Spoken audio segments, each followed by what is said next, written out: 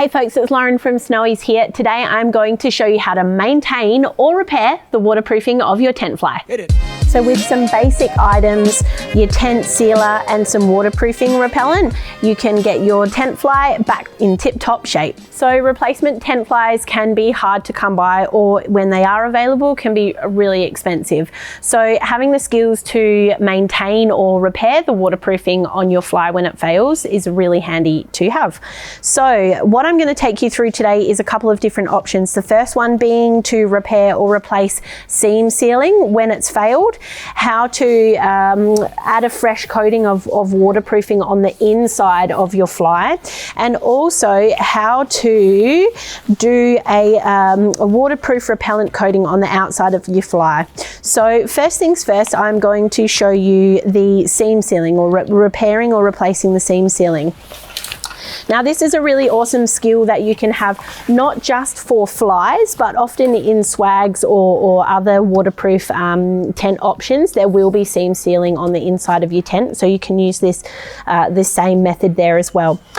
So first things first, you will see the seam sealing failing, and it will look like this thin coat of plastic that's applied over the seam has lifted up or has gone clear underneath. Even if it is sitting flat, you can tell there's air, or the contact with the fabric isn't still solid. So what we're going to do is grab some scissors, and we're just going to try and lift up this seam sealer here, or this tape, and just get it to a point where we can cut it off really neatly, and being careful here not to damage the fly itself, but just to trim off that failing coating of seam seal.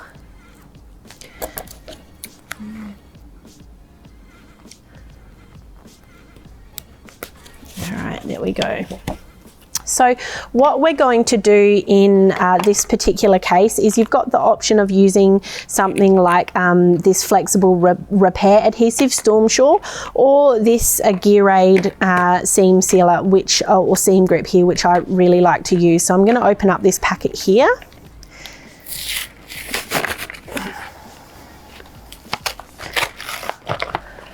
And we'll get the tube out. Now there's also another option for you to purchase the seam sealer in this bottle here. I'd recommend getting the larger bottle with this application if you're wanting to reseal all of the seams of your tent or your fly. If you're wanting to just do a little patch repair, something like this is going to be the best option for you. This seam grip sealant, I should say, or adhesive, is also really handy to have in your kit as a standard, because you can use it to repair pinhole or puncture marks on your tent fly, as well as also on your self-inflating mattresses and things like that. So it's really handy stuff to have on hand. So first thing I'm going to do is open up the tube, and I will use my scissors to puncture it here, because I've just noticed it doesn't have one of those puncture marks in the other side of the lid. So I'm just going to open up that hole there, and I'm just going to pop the lid on there, ready to go in just a minute. But before I do that, I'm going to clean off the tent fly. So it's recommended to use rubbing alcohol or something along those lines, but I've just got some white spirits here that our handyman and repair guy at Snowy's uses, so I've just gone and nicked that from his stash. So I'm going to rub the whole area clean, just to make sure there's no chance of there being any dirt or dust or anything in there preventing the seam sealer from getting a really good hold on the fabric. So I've cleaned that off, and now I'm going to dry it off as best as I can. And next part I'm going to do is I'm going to apply this one here using the little miniature brush that we've got. So you've got this nozzle here if you want to screw it on and apply it in a long line for just little touch-up spots like this. This little brush will do the trick. So I'm going to put a little bit on my brush here, like so. And what I'm going to want to do first up is, because this is a fabric fold, I'm just going to try and lift up the edges of the fabric fold and make sure I'm getting the seam sealer underneath there as well. And that will stop any possible sort of first point of leaks coming through.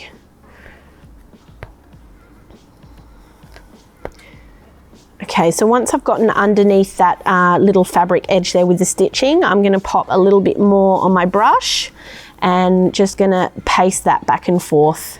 And I'm going to want to overlap as well across this other seam sealing on either side, just to make sure there's no failure points along the edge there too. So you want to be also, you know, don't be afraid to be too liberal here. You obviously don't want to have, you know, too much on, but you also don't want to go too light, because the last thing you're going to want is for this to be a failure point.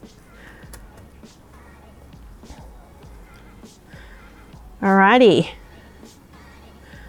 so that's it. That's your seam sealed, and essentially depending on what product you use, there's going to be different curing times, so make sure you're reading the instructions on the back of your packet.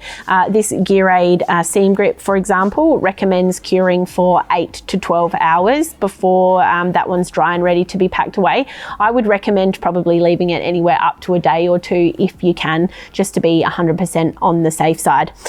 So the next thing I'm going to show you how to do, or what to do with, is if the inside of your waterproofing coating on the inside of your fly in just this general fabric section here is failing. The way that you'll know that it's failing is, again, if you see any of that sort of white or clear bubbling, or even it might be really peeling off and flaking off on the inside. So there's no part of this fly that's doing that at the moment, so I'm sorry I can't actually show you exactly what that looks like, but the repair job for that is pretty simple.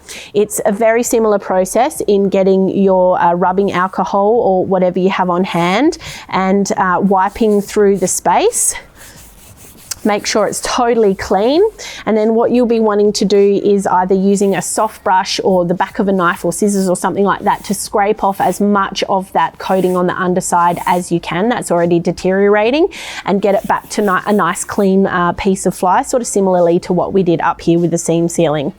So what you then are going to want to use is your tent fabric sealant, which is noticeably a bit different to your seam sealing or other sort of Solar Guard or spray options. So on the top of this is a sponge here that you can see. So that is simply just a matter of turning the bottle over, giving it a bit of a squeeze,